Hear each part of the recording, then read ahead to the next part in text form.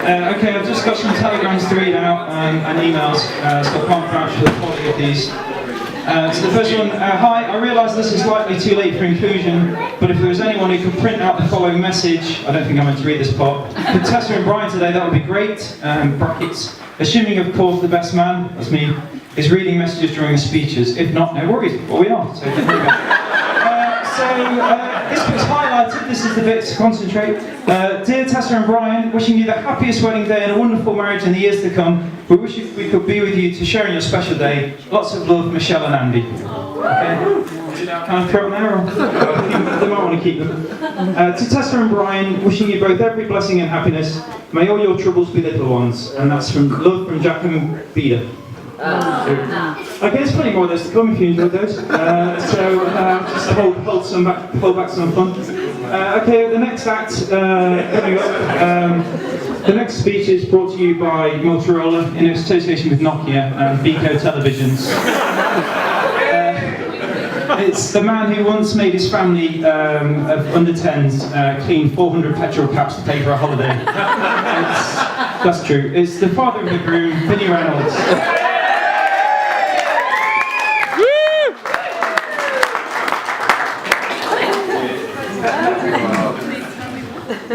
I'm embarrassed with that statement. Informed Tim, ladies and gentlemen. Oh, you've turned nothing off. No, you have to hold it with your face. It's a microphone.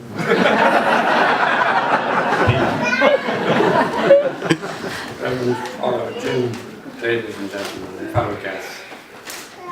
I find this very difficult, and I never joined Toastmasters Ireland, and consequently I'm not the best person to give a speech, but being the day that's in it, and a very special day, I have to address you on behalf of the Reynolds family, to welcome into the family our lovely Tessa, who we've known now for a number of years, and glad to see that she is joined with Brian with a long future ahead.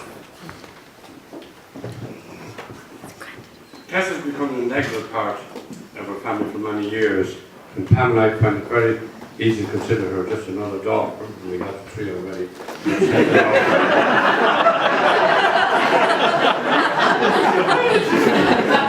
Easy peasy, yeah. She's beautiful, kind, and sincere, and intelligent, and all those attributes make her in our book perfect girl for Brian.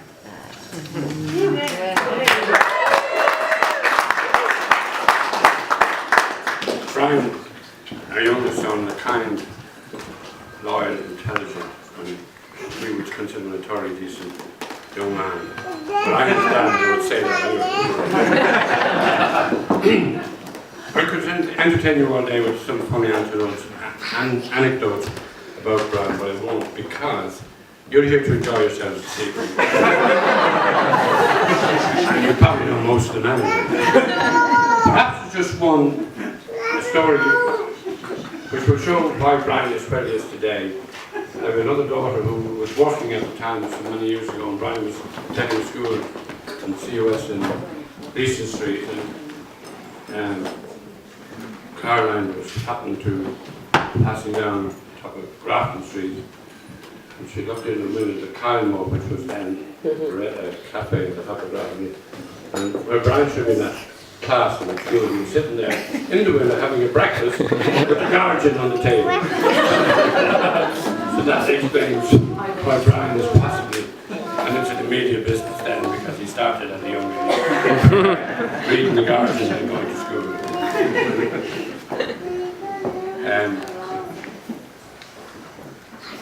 That's just one of many, but I'm not going to go down the rest. All I can say now that Tessa and Brian have a long and healthy life together, and may their home be filled with love and happiness. And at the end of this thing, please raise your glasses. Brian is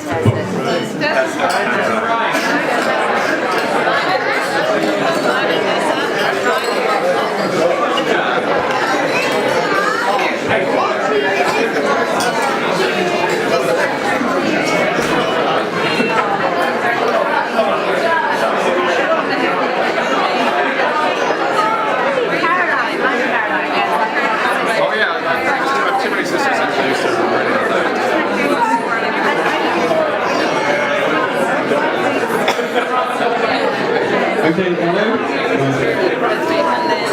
Okay, it's Telegram time again. Yeah, they're back. Okay, many congrats, have a wonderful life together, and that's from Uncle Leo. And wishing you both every happiness today and for life. Love, Marcus and Teresa Dempsey. Okay, they were quite short. Do one more bonus card. Hang on, bear with me. Oh Jesus, it's a bit long. Sorry.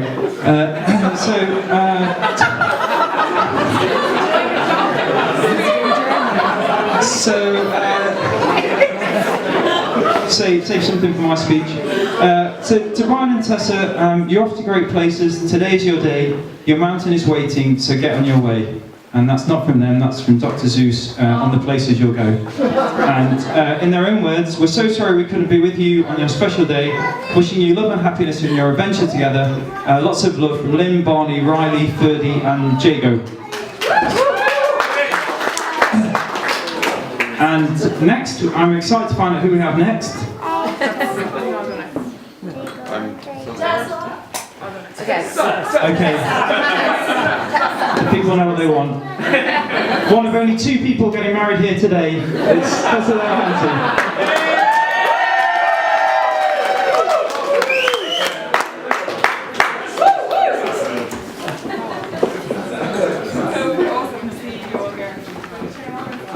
You're very large. It's still a microphone. Okay, thanks. I have so much to say, and I hope that I don't go on too long. But I read somewhere recently that a couple always fights about the same thing, and that's definitely true for me and Brian. For us, it's about directions. This is especially good fun in Meath, where the universe just looks at your smartphone and your Google Maps and laughs. But we've also been known to argue about where the park is in relation to our house. I should mention we can actually see the park. But I know now that none of that actually matters, because it turns out that we were both right. Because the fact that we ended up here means that we knew where we were going all along. Well,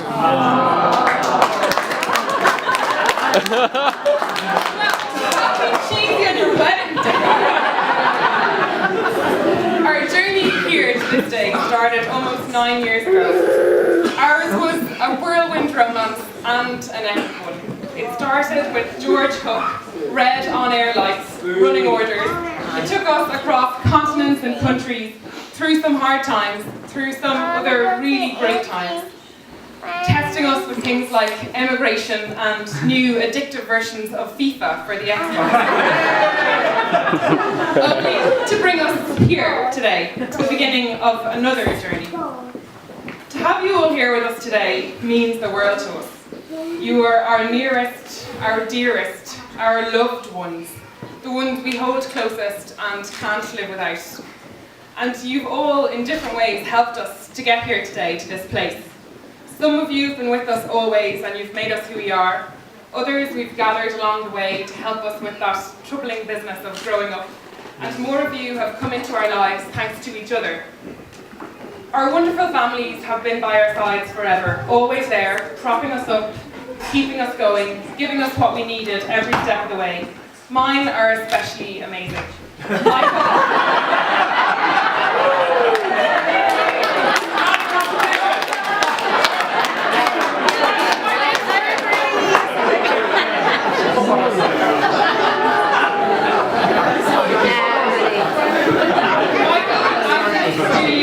Are all brilliant, intelligent, kind and funny. My parents, they gave us a wonderful childhood of playing, exploring and learning.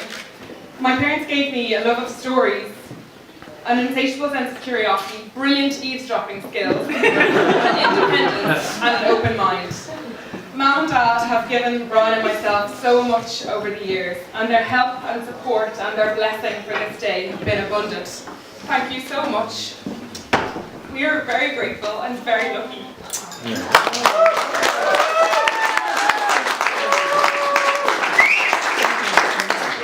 Neither of my grandmothers are here today. Granny isn't well enough and my mum passed away a few years ago. Both of them are absolutely amazing women and very, very dear to me, and we're thinking of them both today.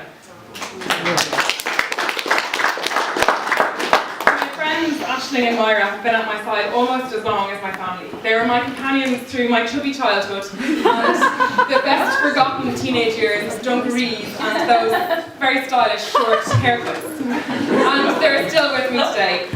Like most teenage girls, we talked about boys and clothes, and we dreamed of our futures. Together we imagined our husbands and planned out our perfect lives. Having someone to imagine an exciting other life with is as true a gift as a surly teenager could get. Where would I be without those chances to dream? I shudder to think. The exciting life we'd imagined for ourselves was put to the test when I got to Trinity, and Eileen was my partner in crime throughout those years, and has been a genuine tonic in my life ever since the day I met her. Which, incidentally, was the same day that I moaned to Jane that I would never fit in Trinity because everyone was too stylish and too cool, just like this girl I met called Eileen. Jane just laughed and said it sounded like we should become best friends, which we did. The arts block would have been a lonely and grey place without you, Eileen. And when we had to split up, you to Paris and me to Germany, to Kiel, the Paris of the eastern side of the North Sea Peninsula. And there I was lucky enough to find Kate. Kate saved me from a misery of a smelly year living with stinky and stingy flatmates. Kiel was hard, but Kate even made mixing giant vats of strawberry cocktails in the driving rain kind of fun. If I'd never found you, Kate, sure, I would have listened to a lot less interpretive jazz, but I would have missed out on a friendship that I cherished. So thank you to my old and dear friends for such unfailing loyalty and friendship, and for teaching me that we should dream big and in colour, that a smile beats style any day, and that rainwater only makes strawberry daiquiris taste only marginally worse. As old dear friends go, they don't get any older or dearer than Jane. I met her on the first day of my life, and she's been there supporting me ever since.